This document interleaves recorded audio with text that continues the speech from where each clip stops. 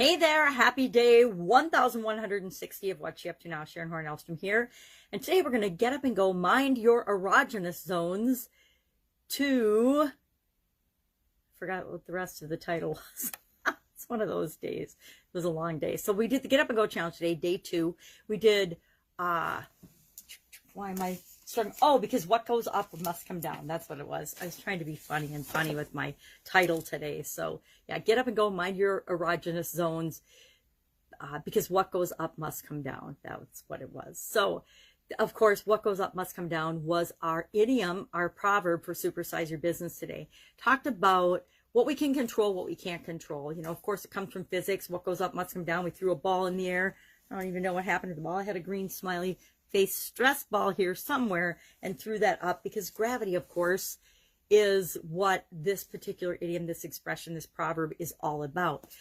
We also see what goes up must come down in our lives. It doesn't always apply. It's one of those proverbs that isn't necessarily true, right? But it does remind us that we can be clicking along in the direction we want to go for a while, and then something can happen, just give us a little setback, a little failure, a little taste of, oh, I guess we're not taking a straight line from here to Texas or here to Chicago. We're going to have to follow the road, and the road doesn't take a direct straight line from wherever you happen to be to where it is you want to go in Chicago or Texas or wherever you're traveling to. The road curves and moves and changes to go with the terrain, the things that you see or you experience along the way, just like everything else in our life does. And so we want to continually manage and control the things that we have the ability to control, realizing that there's a whole lot of things that happen in our lives that are outside of our control. But what we can always control is our reaction, our response to those things. What are we going to do about it? We've all gotten a huge taste of that and a huge dose of that in the last year with respect to COVID-19. COVID-19 came, we could complain and whine and commiserate and feel bad about COVID and all the changes that came down the pipe because of it. Or we could say, all right, that just happened. Now what? That just happened. Next. That just happened. What am I going to do about it? How am I going to respond? How do I feel about it?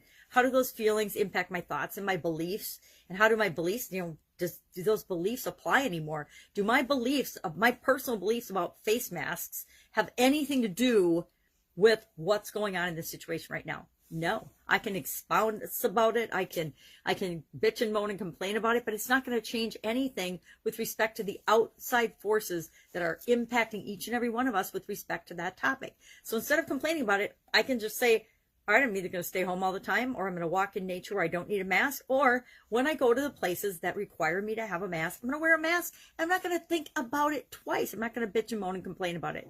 Now, I say that because I went to a store yesterday, and of course, as I'm leaving the store, I'm like, freedom, because I got to take my mask off. And I realized that I don't like wearing masks, but I don't have to tell myself every time that I'm in a store wearing a mask, oh, I hate this mask. Because guess what? If I keep saying that and thinking that, I'm going to feel worse. I'm going to have to hightail it out of the store faster because I'm going to feel uncomfortable. So what goes up must come down was our Supersize Your Business idiom.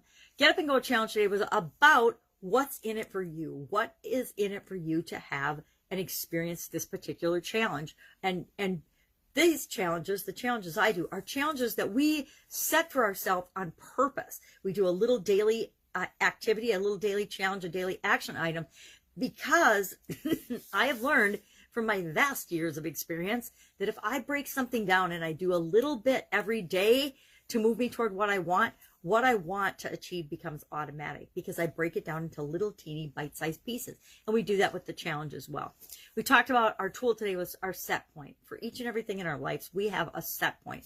We have a set point and a comfort zone, right? Our comfort zone is our set point. And the only way we change and grow and expand is by pushing the edges of our comfort zone out.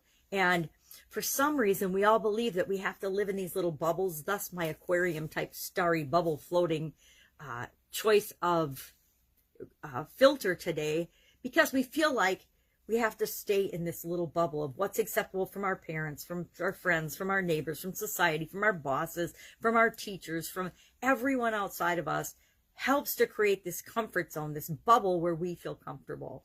And we can stay there. We can live our whole lives within that comfort zone and be fine. But do you just want to live a fine life? Do you just want to be okay? Or do you want to lead a great life? Do you want to do what you've come here for? Or do you just want to get by? Do you just want to survive this life and see what's next? Or do you want to actually live and love and experience this life? I'm all for living and loving and experiencing this life. Now, like so many others, I've done the phases of my life where I was in my comfort zone and I just chugged along in my comfort zone. I'd stretch it a little here and there. I'd go to a different industry. I'd have a different job. I would be involved with different people in different places and different organizations, but it was all just still a little bitty slow stretching of my comfort zone.